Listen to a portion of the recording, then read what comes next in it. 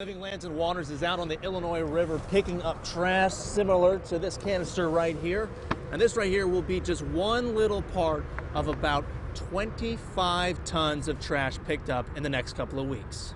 Now this is 3 days later and there's still water in the streets here in Richland Farms. Now once a way to move forward is determined by city leaders, they plan to put a survey together, bring it to neighborhood representatives, and then go forward with that plan. Now I'm going to stay on top of this, and when I have updates, so will you. The Federal Aviation Administration tells me that a Cessna 172 plane crashed in the middle of Interstate 55 southbound. The levels were at the tree line right behind me. Today, they're here on the street, as you can see at my feet.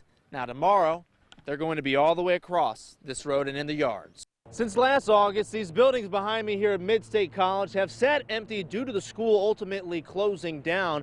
But soon, this sign right here could soon look like this sign right here, bringing more jobs and medical professionals to the Peoria area. Soon, these closed signs are going to be taken away because Governor Pritzker gave the green light for golfers to come out and hit the greens just next week. Eugene Kimberly, was a rock just like this thrown through a stained glass window here at St. Joseph Catholic Church in Peoria. The stained glass windows go all the way back to the 1800s. He's set to be charged with 5 counts of first-degree murder, 2 counts of arson, and 1 count of aggravated arson after a mobile home fire in April here at Timberline Estates. Spoke with Peoria Public Works and the Peoria County Highway Department about what it's going to be like for motorists all throughout the county.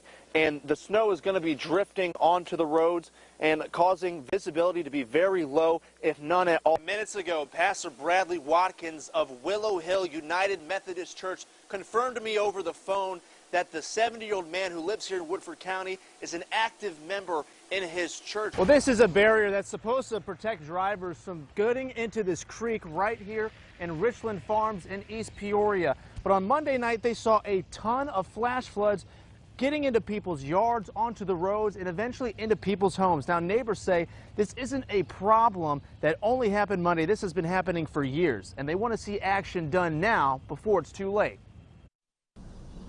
Nearly 800 people pay a yearly maintenance assessment to the East Peoria Drainage and Levee District, mostly for this, a levee running right through the center of the neighborhood. The district's supposed to mow 3 times a year, but Bill Bassam tells me that isn't nearly enough. I would just like to see it cleaned out at the bottom. Mainly just, clean out the bottom, get rid of the meanders, so that way the water has a straight flow, straight shot, getting out of the bottoms. Bassam has lived in Richland Farms, also known as the Bottoms, for decades. He says Monday's flash floods wasn't the first time the neighborhood was hit hard, and it won't be the last time if something doesn't get done. At least maintain it.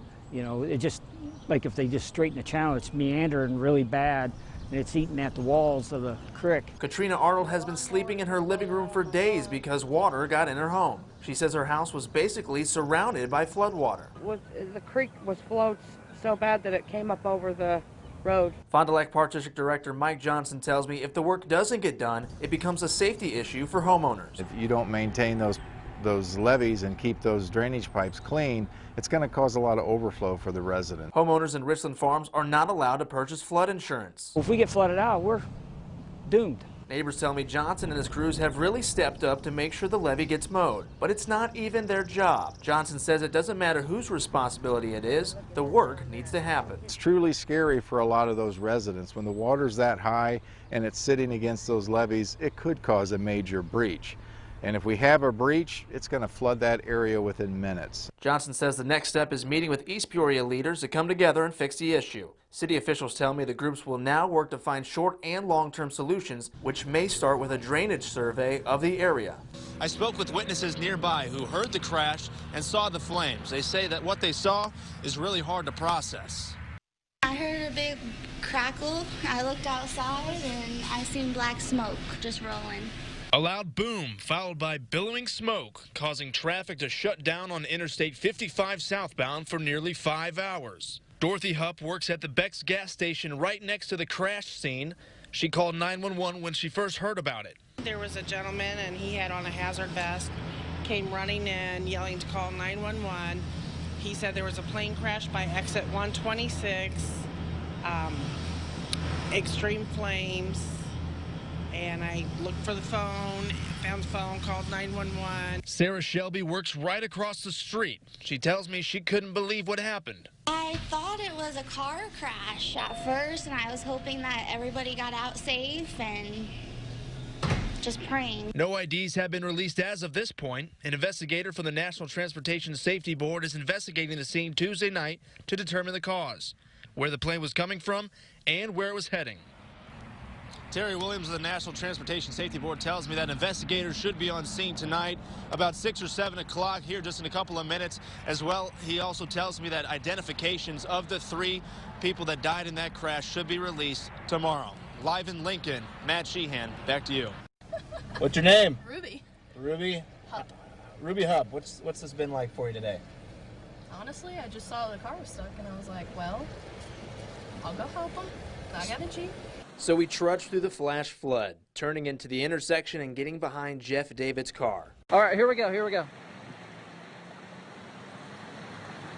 This is how they're getting out this car. With Jeff's car already in neutral, all Ruby had to do was push. There you go. Getting the car out of the flood and onto dry land. Oh, I mean, the water was only up to here on him. Yeah. And I've got a 4-inch lift kit on this. Yeah. So. Jeff had been stuck in his car for half an hour before first responders got him out. He says he was on his way home from work when he drove into the deep water. I saw some other cars making it through, so I thought I could too. And once I realized it was probably too risky, I decided to try and turn, get to higher ground, and the car just stalled. He says he wishes he had taken another route. Should have turned around and tried to go home a different way. Ruby and Jeff met after the water rescue, and he was able to thank her for getting his car out of harm's way. Crazy thing is, this was the second car Ruby pushed out, and she was ready to help more. Any more cars stuck?